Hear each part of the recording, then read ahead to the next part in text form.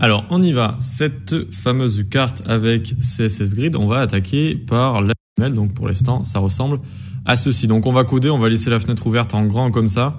Et puis, on reviendra dessus à intervalles réguliers pour voir ce qu'on a codé. D'accord? Vu que la carte, elle est un petit peu conséquente. Donc, on vient ici. Tac, tac. Très bien. Je vais juste enlever le panneau latéral. Je grossis CTRL plus un petit peu. Voilà. Div avec la classe carte grise, ce sera notre conteneur global. Div avec la classe image get. Alors à la base je voulais mettre des gâteaux ou je sais pas quoi, mais finalement je trouvais une photo de croissant en bonne qualité et avec la bonne taille. Encore une fois, quand vous utilisez des photos, c'est vraiment très important de prendre une photo qui a un rapport avec les dimensions de l'endroit où vous voulez les insérer, d'accord ? Là, clairement, les dimensions me plaisaient parce que je pouvais prendre juste cette partie-là, en fait, cette partie rectangulaire. Mais évitez de prendre des photos verticales dès que vous avez envie de mettre des choses horizontales, sinon ça ne marchera pas du tout.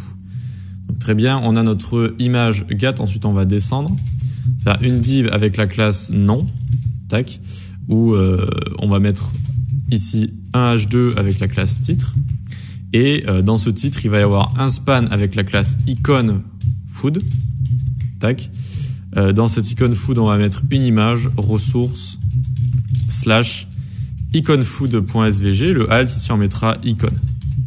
Alors ça correspond. Alors je crois que je l'ai ici. Tac. Ça correspond à ce qu'on a en haut à gauche ici. Vous voyez, on va le faire sortir un petit peu avec une icône, le croissant ici. Et donc ça correspond à ça exactement. Pour l'instant, on va le mettre en commentaire, donc CTRL cassé pour éviter que, vous savez, les images de base elles sont trop grandes et elles vont nous embêter. Ok, ensuite, second span ici, on marque le croissant. Tac. Et super, du coup, ça nous fait un conteneur ici. Le H2 va être lui-même un conteneur. On va utiliser Flexbox et on va mettre d'un côté l'icône, de l'autre côté le croissant, comme ça. Voilà. On sort de nom. Hop. On se fait de la place. Et ici, on va faire une div avec la classe like. Ça va être une icône qu'on va mettre. Alors, je vais vous montrer juste après. Pour l'instant, on fait une image avec la classe like icon, comme ça. Elle va venir de ressources. Cœur.svg et ici on veut mettre icône like par exemple et ça va correspondre à directement hop ça va correspondre à notre petite icône like qu'on va avoir en bas à droite ici. Voilà, donc là l'importance de là où on va déclarer notre code, finalement c'est pas très important vu que vous allez voir qu'on va utiliser CSS Grid et donc l'ordre finalement on va pouvoir les placer un petit peu où on veut dans notre grille, d'accord, tant que c'est placé dans notre div ici.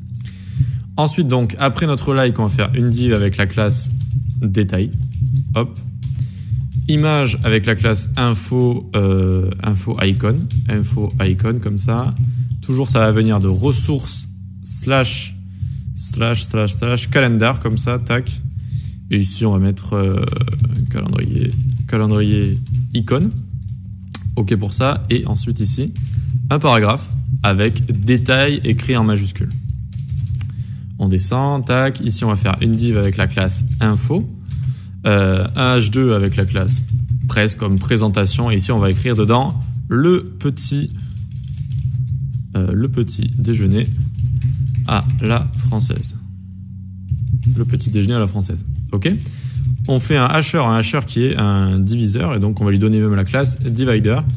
Ça nous permet de séparer le h2 d'une autre div en dessous, div avec la classe ingr comme ingrédients. Je me suis dit, bon, on allait peut-être mettre les ingrédients dedans. Alors, juste pour regarder la longueur qui était ici. J'imagine que j'avais mis, oui, un lorem entier. Donc, c'est bon, juste un lorem entier. Comme je viens de faire ici. Hein, juste donc, lorem, tab ou entrée. Alors, lorem, tab ou entrée. Et ça fonctionne comme ça. Très bien, donc on va pouvoir sortir de notre div info ici. Et maintenant, on va faire une div avec la classe note. Dans cette div, il y aura une div avec la classe nt. Ce sera la note en elle-même. On va écrire 9,50. Ensuite, une div avec la classe stars comme ça. Et dedans, on va faire des images. Donc, image .s et on fait x5 comme ça. Image x5 et on va faire à chaque fois donc ressources / star. Donc notez ici que j'ai pris des icônes Pourquoi? Parce que je voulais des grosses étoiles, pas des petites émojis. Et puis, je voulais en mettre une dernière aussi avec une demi-étoile comme ça. Et ça, j'en avais pas trouvé un emoji. Ici, on va écrire half comme ça, half.svg, d'accord?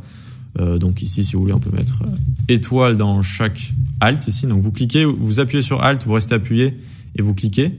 Hop, on colle ici et là, on met demi-étoile. Demi-étoile. OK? Très bien, la classe ça va être S comme star à chaque fois, d'accord? Vous allez voir, il n'y a pas grand chose à écrire dedans. Et puis une die avec la classe NB comme nombre, et dedans on va ouvrir la parenthèse et on va dire 427 notes. On imagine des notes Google ou des choses comme ça, et ça va correspondre à aux notes qu'on a ici. Vous voyez, 427 notes, ça va être nos petites étoiles.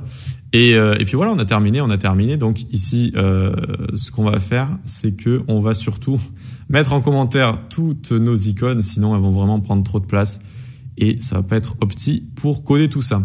Donc regardez, on prend ça tout simplement, on fait CTRL-C, tac. Ensuite, on a des icônes ici, tac, CTRL-C,